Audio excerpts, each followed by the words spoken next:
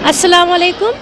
आज शाहपुर के चांद पैलेस बैंकेट हॉल में वुमेन इंडिया मूवमेंट की तरफ से इंटरनेशनल वुमेंस डे 8 मार्च के मौके पर हमने एक प्रोग्राम ऑर्गेनाइज़ किया। अल्हम्दुलिल्लाह काफ़ी अच्छा प्रोग्राम रहा, काफ़ी बड़ी गैदरिंग रही और बहुत पीसफुली ये प्रोग्राम जो था वो कंप्लीट हुआ। देखिए 8 मार्च 2022 का आज का ये इंटरनेशनल वुमेंस डे और सालों के मुकाबले ज़्यादा स्पेशल क्यों है, मैं उसकी तरफ थोड़ी सी बात करना चाहूँगी।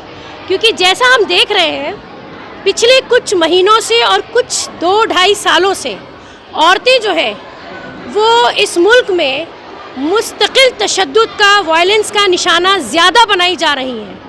यूँ तो वैसे भी वायलेंस माशरे में औरतों के साथ हमेशा रहा, जैसे कि आप कह सकते हैं कि डोमेस्टिक वायलेंस या जहेज़ को लेके औरतों के साथ वायलेंस होता रहा। लेकिन अब तक ये सारे वायलेंस जो थे वो घरेलू थे, लेकिन इधर कुछ महीनों से और कुछ सालों से सुल्ली बुल्ली डील्स के नाम पर, उसके बाद हिजाब को लेकर और इसके अलावा और भी तरीक़ों से, मतलब सियासत के जिसे हम कहते हैं पस मंज़र में औरतों को ख़ास तौर से निशाना बनाया जा रहा है। तो इसका सारा की सारा सहरा जो है मैं वो प्रेजेंट गवर्नमेंट को बांधना चाहूँगी, क्योंकि जिस तरह की ताकतें, जिस तरह का एडमिनिस्ट्रेशन और उसके बाद फिर पुलिस जो कि लॉ एंड ऑर्डर के लिए ज़िम्मेदार होती है, इन लोगों ने अपना रोल प्ले किया है, वो इतना ज़्यादा निगेटिव और ख़राब और होपलेस रोल है कि जिसकी बदौलत आज के वक्त में हम लोगों को इंसाफ मिलने की कतई जिसे कहते हैं कि उम्मीद ख़त्म हो चुकी है। अभी अगर हम हाल फिलहाल की बात करें तो हिजाब को लेकर जिस तरह से स्कूल की टीचर्स को या स्कूल और कॉलेज और डिग्री कॉलेज, पीयूसी कॉलेज की लड़कियों को, यहाँ तक के हिजाब के मसले को इस तरह जिसे कहते हैं कि यूज़ किया गया है कि बाज़ारों में मुस्लिम औरतों का हिजाब पहन के चलना दुश्वार कर दिया गया है। अभी आपको देखिए कि सिर्फ बात अब कर्नाटका तक नहीं रह गई, यहाँ से शर पसंदों ने ये इस मुद्दे को उठाया और आज हिजाब को लेकर पूरे मुल्क में एक ऐसी आग लगी हुई है कि बिहार में एक वाक़या तो ऐसा पेश आया कि बैंक में एक हिजाब पहनने वाली औरत को पैसे विड्रॉ नहीं करने दिए गए और उनसे कहा गया कि हिजाब उतार के आइए। यानी मेरी समझ में ये नहीं आता है कि क्या हमारा जो एक कॉमन सेंस है, देखिए इंटेलिजेंस की तो हम बात ही नहीं कर रहे हैं, वो तो ख़त्म ही हो चुका है। जो कॉमन सेंस होता है एक इंसान होने की हैसियत से, क्या वो भी बिल्कुल जा चुका है? तो आखिर गवर्नमेंट, प्रेजेंट गवर्नमेंट इसके लिए डेफिनेटली रिस्पॉन्सिबल है, फिर हमारे शहरों का एडमिनिस्ट्रेशन, उसके बाद लॉ एंड ऑर्डर में हमारी पुलिस। और अभी भी आप देखिए कि ये हिजाब का मामला जो है वो हाई कोर्ट में पड़ा हुआ है और हाई कोर्ट इसको फॉर ग्रांटेड तरीके से ले रही है।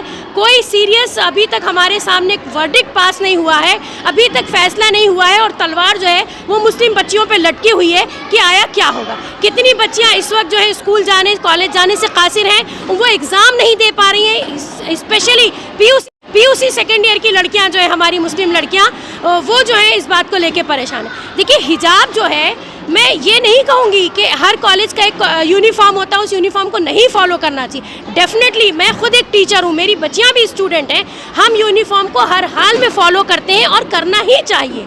लेकिन सिर्फ एक सर के ऊपर स्कार्फ लगाना या सर को कवर करना, आप मुझे बताइए, इंदिरा गांधी सर पे पल्लू रखती थी, प्रतिभा पाटिल सर पे पल्लू रखती हैं, इसके अलावा हमारी मदर टेरेसा हेड कवर करती थी। मतलब ऐसे कई एग्जाम्पल्स हैं जो हम दे सकते हैं कि जहाँ पे औरतें जो है वो अपनी डिग्निटी शो करने के लिए, सेल्फ रिस्पेक्ट के लिए, एक वक़ार, एक कल्चर शो करने के लिए सर को ढकती हैं, सर को कवर करती हैं। तो इस हेड कवर करने को या हेड स्कार्फ को जो हिजाब का नाम दे के इशू बनाया गया, ये सरासर मुस्लिम कम्युनिटी की औरतों पर एक सीधा निशाना है, ताकि उनको एजुकेशन से बाहर कर दिया जाए, ताकि उनका एम्पावरमेंट ना हो सके और वो कमज़ोर हो जाए।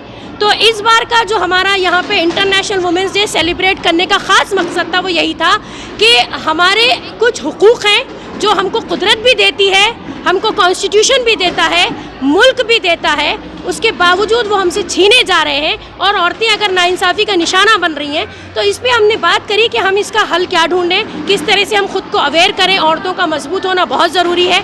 औरत का सिर्फ मजबूत होना इसलिए ज़रूरी नहीं है कि वो अपने हुकूक पहचाने, बल्कि औरत जो है वो एक पूरी नस्ल के लिए रिस्पॉन्सिबल होती है और एक नस्ल से एक पूरा मुआशरा बनता है और यही मुआशरा जो है वो एक मुल्क की पहचान हो। तो ये आज हमने यहाँ पे अल्हम्दुलिल्लाह सेलिब्रेट किया। बहुत शुक्रिया।